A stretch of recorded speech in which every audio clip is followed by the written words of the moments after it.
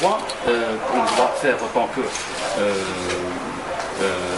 peuple, en tant que pays, beaucoup de gens suivent la problématique de Sahara occidental, mais la solution pratiquement n'existe pas pour l'instant. Alors, selon vous, quelle est la solution ou le premier pas qu'on doit faire ou réaliser sur le terrain? Il me semble que l'urgence, c'est d'informer les peuples, les pays, les dirigeants, mais aussi les peuples, parce que je pense que malheureusement, le problème, la situation du peuple sahraoui est encore trop méconnue. Ici en Algérie, vous la connaissez bien.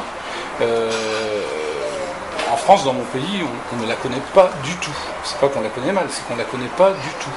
Et je pense que dans une grande partie des pays de ce monde, on ne connaît pas bien la situation du peuple sahraoui. Donc il faut commencer par informer, parce que cette situation, elle est inadmissible, elle est révoltante, comme la situation d'autres peuples qui subissent l'oppression, l'occupation. On pourrait parler, le président français était ces jours-ci en Chine, il a évoqué la situation du Tibet. Moi j'étais il y a quelques années en Palestine, voilà, ça pourrait être un autre exemple.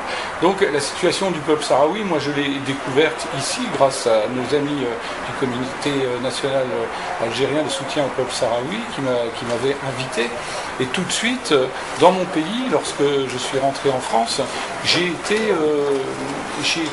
accusé, voire menacé même, par Internet, par des gens qui pensaient que j'étais l'ennemi du Maroc et que j'étais à la solde de l'Algérie parce que j'étais venu là par ce biais-là.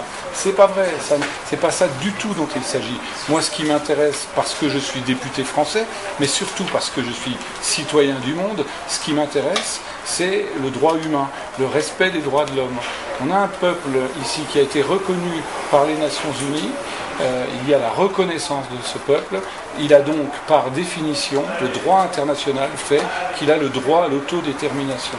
Et en expliquant ça aux gens, en expliquant aussi ce qui se passe dans les territoires occupés, mais aussi dans les territoires libérés, ce qu'il se passe, les conditions de vie, la façon dont ce peuple est privé de liberté, privé de dignité, et au quotidien, et depuis si longtemps, depuis 38 ans, eh bien, on arrivera à faire en sorte que les négociations s'accélèrent, parce qu'il y a urgence maintenant d'aller au référendum d'autodétermination.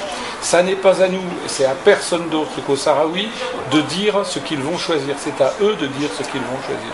Et l'autre urgence, excusez-moi d'être très long dans ma réponse, l'autre urgence, en parallèle, c'est pas avant ou après, l'autre urgence, c'est de se dire qu'il y a dans ce pays des droits de l'homme qui sont bafoués, il y a de la torture, il y a de la maltraitance, il y a de la privation de liberté, il y a de l'humiliation, et ça c'est pas possible.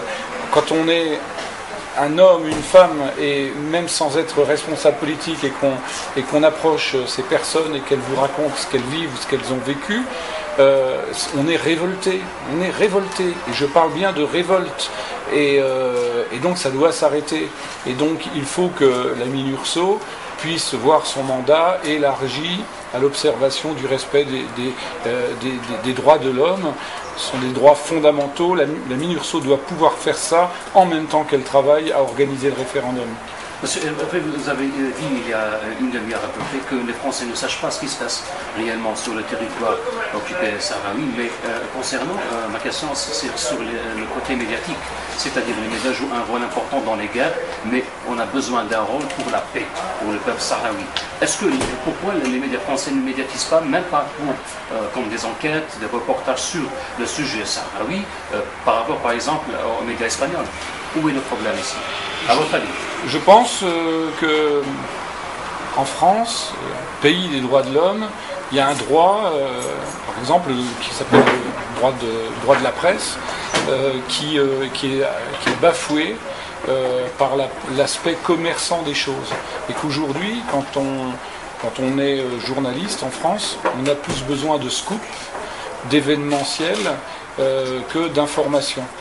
Et il manque à cette profession aujourd'hui la notion de citoyenneté, républicaine.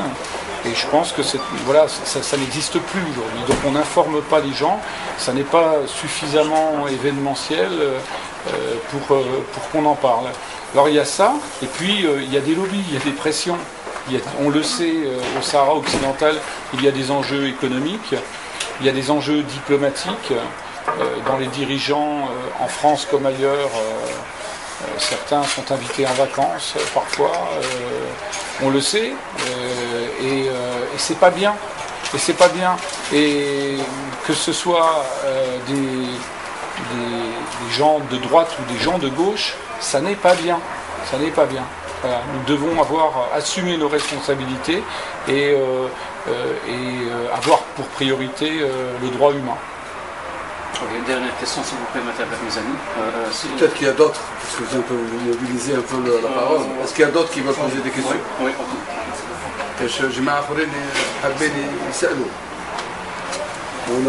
On laisse le soin. La troisième et dernière question, si vous le permettez. Vous avez bien précisé que pendant la période de M. Nicolas Sarkozy, le procès, le sujet Sahara occidental a été bloqué à 2 reprises à travers le veto, mais concernant la politique de François Hollande, le président de la France, de la République française, est-ce que pour les mois prochains, pour la politique prochaine, il va y avoir un changement, un coup de pouce pour la paix et la vraie solution pour les Sahraouis? Moi je suis ami avec François Hollande, je suis député de sa majorité et je suis solidaire de François Hollande, qui, je l'ai dit tout à l'heure, est un homme de progrès, humaniste et démocrate. Je trouve que pour l'instant, il n'a pas évolué suffisamment vite. Je trouve qu'il est trop dépendant de cette diplomatie que je dénonçais tout à l'heure, qui fait plus de place, qui donne plus d'égards et de précautions envers les puissants et insuffisamment d'intérêt envers les peuples que l'on opprime. Mais voilà, j'ai interpellé à plusieurs reprises François Hollande. Je trouve que la réponse est insuffisante, mais j'ai bon espoir. On est de toute manière sur d'autres bases que sous Nicolas Sarkozy. François Hollande, c'est pas Nicolas Sarkozy. Moi, je vous le dis, et même si la gauche dans ce pays n'est peut-être pas assez à gauche à mon goût, la gauche dans ce pays, ça n'est pas la droite. Et donc, j'ai bon espoir. Moi, ce qui m'intéresse, je le répète, on n'est pas dans un combat, les Marocains contre je sais pas qui, on n'est pas sur ce terrain-là. On est sur un combat qui nous concerne tous, qui concerne toute la planète, qui est universel, le combat pour la liberté, le combat pour la démocratie, pour le respect des droits de l'homme. Et je pense qu'on a tous à y gagner. Si dans cette région, les autres orateurs l'ont très bien dit, dans cette région, on retrouve le droit à la culture, le développement économique, social et culturel, c'est toute cette partie de la planète qui va s'y retrouver. Tout le monde va y gagner, on va tous y gagner. Je vous remercie. Est-ce qu'il y a d'autres questions? Surtout pour le parlementaire français.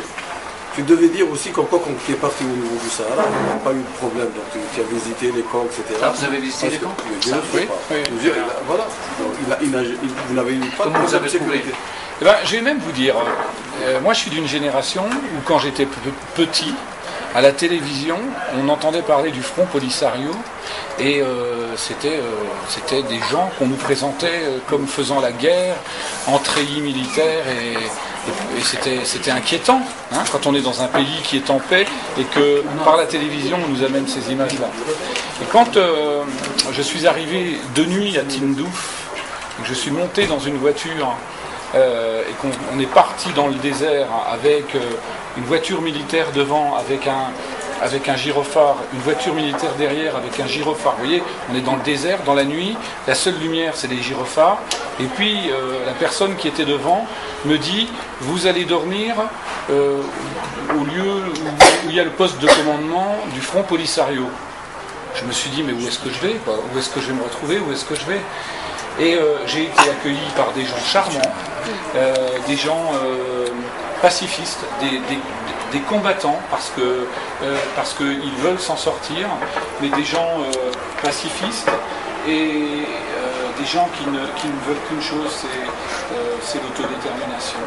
Et j'ai pu voir une organisation de société qui m'a épaté, parce qu'on m'a expliqué que par la force des choses, cette société elle est devenue quasi matrimoniale, matriarcale,